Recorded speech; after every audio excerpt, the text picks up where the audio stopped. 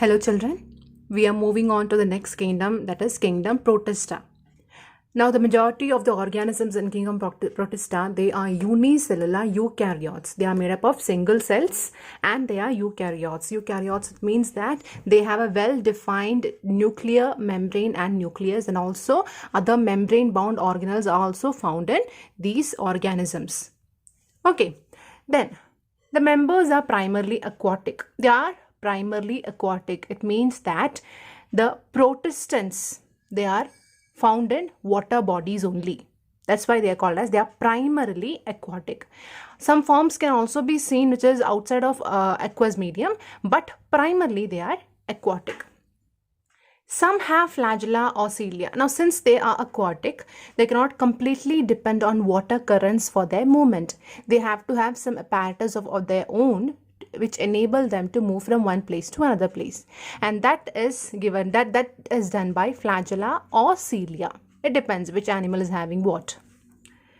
Now they reproduce sexually or asexually. Sexual mode of reproduction is also seen, as well as asexual mode of reproduction. Now this kingdom is thought of as a connecting link between the very simple cell bacterians and also the plant animals and the fungi. In which we have Monera. In between we have Protista. And after that we have the fungi, plants, animals. Is it not? So this particular group of organism is like a link between this and this, connecting link. ഇവരെ തമ്മിൽ യാതൊരു ബന്ധവുമില്ല, പക്ഷെ അവർ രണ്ടുപേരുടെ characters നടുക്ക് വരുന്ന ഒരു group of organism ആണ് പ്രോട്ടിസ്റ്റൻസ് എന്ന് പറഞ്ഞാൽ. They have some similarity to monerans, they have some similarities to the next higher group of organisms also. So that's why they are called as a connecting link. Some may think of them as plants, some may think of them as animals, some may think of them as with the most simple organisms also. Okay, so that is why they are also called as a connecting link. Now in this chapter we will be discussing these groups of kingdom Protista. You can consider them as phylums. Okay, phylums of kingdom Protista. Which are they? Chrysophytes, dinoflagellates, euglenoids, slime molds, and protozoans. We'll discuss each of them separately. First, let us discuss about chrysophytes. Now, this group mainly contains diatoms and golden algae, also called as desmids. Okay, golden algae or desmids. Now, these are freshwater or marine water organisms. They can be found either in freshwater or in marine water. They float passively in water currents. It means that they do not have any flagella or cilia. They float in water current. They move from one place to another depending upon the completely on water currents. Hence, they are also called as planktons. Any organism that float on the water depending on the water current to move from one place to another place, they are called as planktons. Okay, that is a general term given for floating organisms. So our chrysophytes are also floating organisms. They completely depend on water currents. They do not have flagella or cilia. They are photosynthetic in nature. They contain chlorophyll, because of which they are photosynthetic, and because of this reason they are also the chief producers in oceans. It means that in ocean the main production of food is done by these chrysophytes. That's why it is called as chief producers, the main producers in ocean. They are our chrysophytes.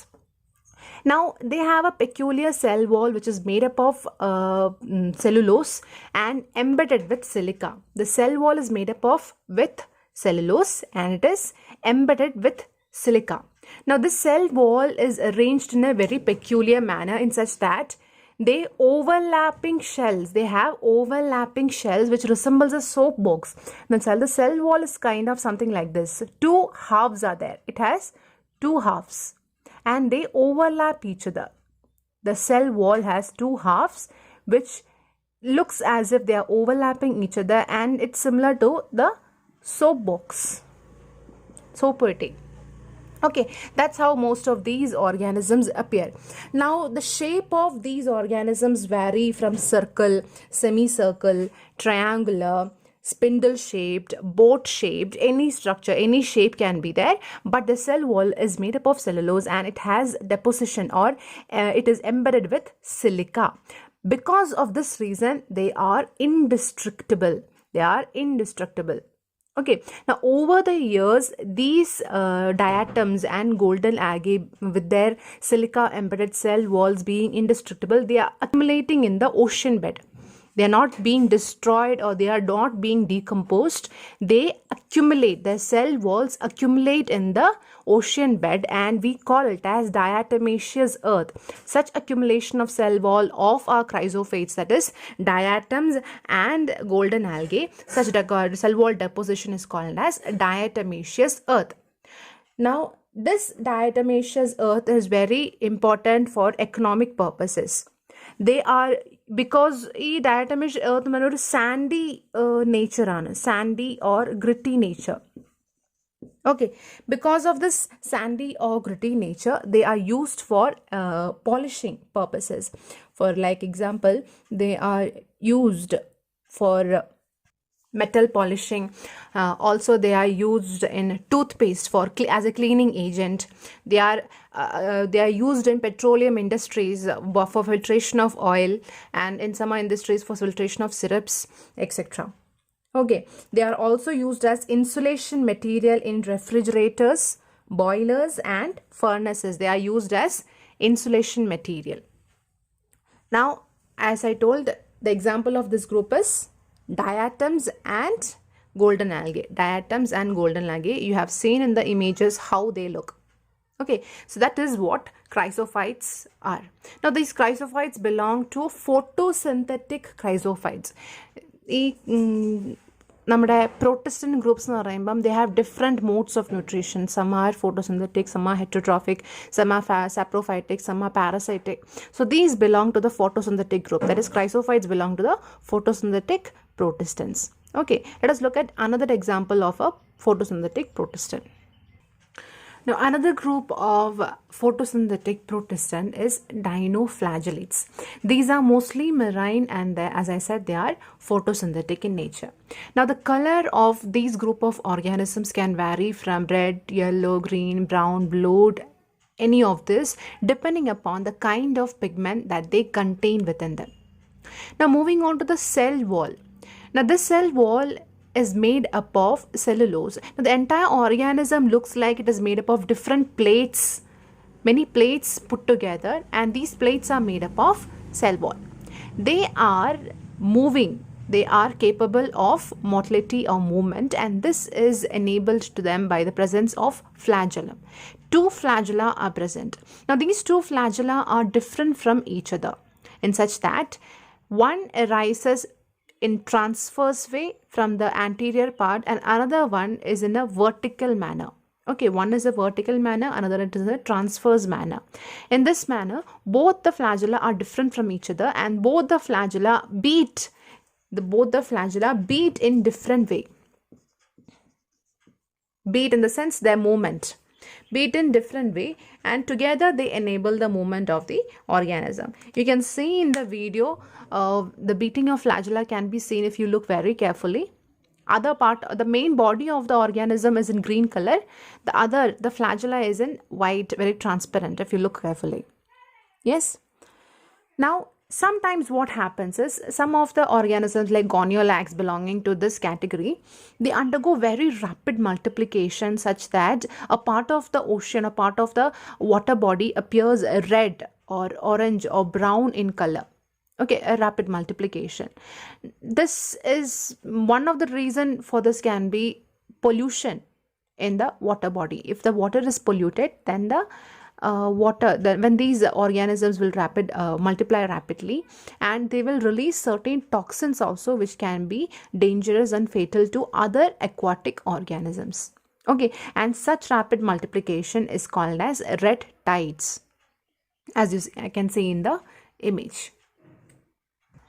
Another category belonging to kingdom Protista is euglenoids. Now, they can be found in fresh aquatic habitat, or they can also be found in damp soil. Damp soil in the sense soil which is almost always wet.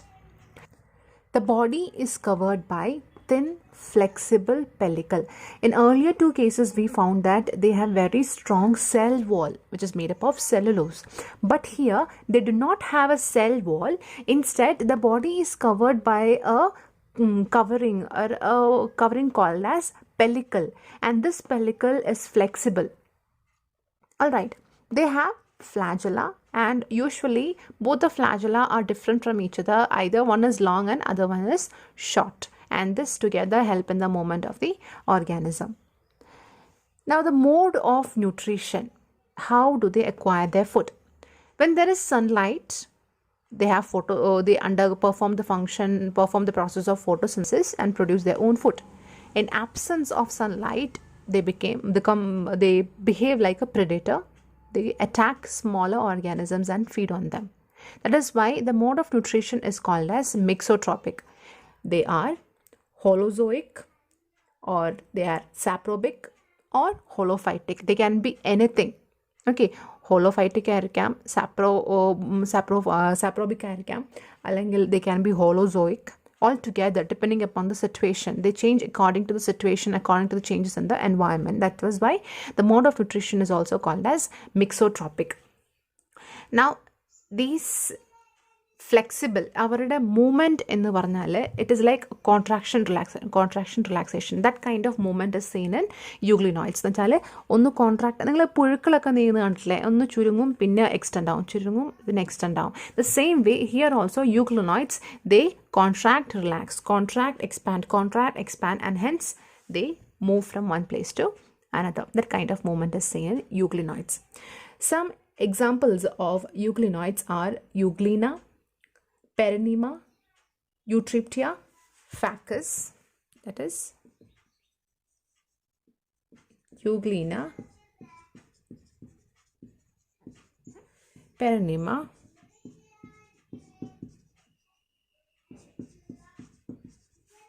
Eutriptia, and Phacus. The mode of reproduction is very simple. Binary fission takes place. Binary fission, they just cut themselves into 2 halves. That is how that they reproduce. The next group is slime moulds. Okay, now some people consider slime moulds as fungus also, because they have a lot of properties which is similar to fungus, but they are not fungus. They belong to the protista kingdom.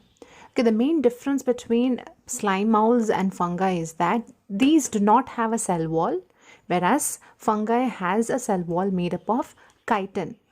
Okay, now let us look at the normal features of slime moulds. They are saprophytic protists. Saprophytic in the sense they depend on dead and decaying organic matter to attain their energy requirements. They are found in moist terrestrial places which is decaying in organic food. Since they are saprophytic, they will be found in places which is completely moist and contain a lot of decaying organic food. For example, take a fallen tree in a forest. നമ്മളുടെ ഈ western ഗാട്സിൽ ഒരു tree which has fallen and it is now in the stages of decaying.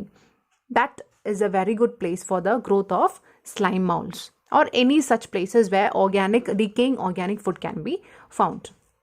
Now, their body is covered with slime. Slime in the sense a gelatin or gel-like substances. Okay, നമ്മൾ ഒരു gel പോലെ അതിന് ചുറ്റും അവർ covering പോലെയുണ്ട്, and they do not have any chlorophyll and do not have any cell wall also. Cellulosic cell wall is also not found in them. Sometimes when the conditions are unfavorable, like for example there is shortage of food, these slime moulds, they aggregate together to form a mass of cells called as plasmodium.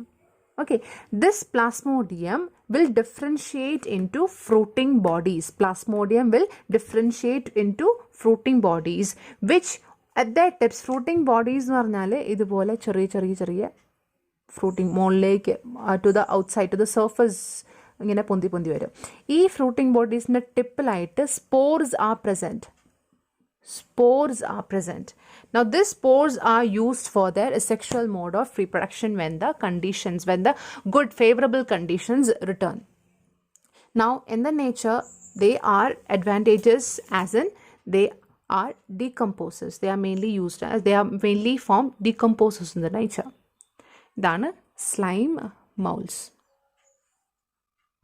The last category under the kingdom Protista is the protozoan protistans. Okay, now these can be aquatic, terrestrial, or parasitic in nature.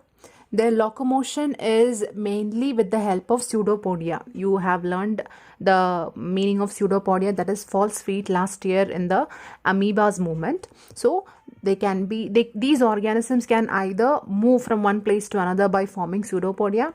Some have flagella, some have cilia, and they reproduce by binary fission, multiple fission, or budding.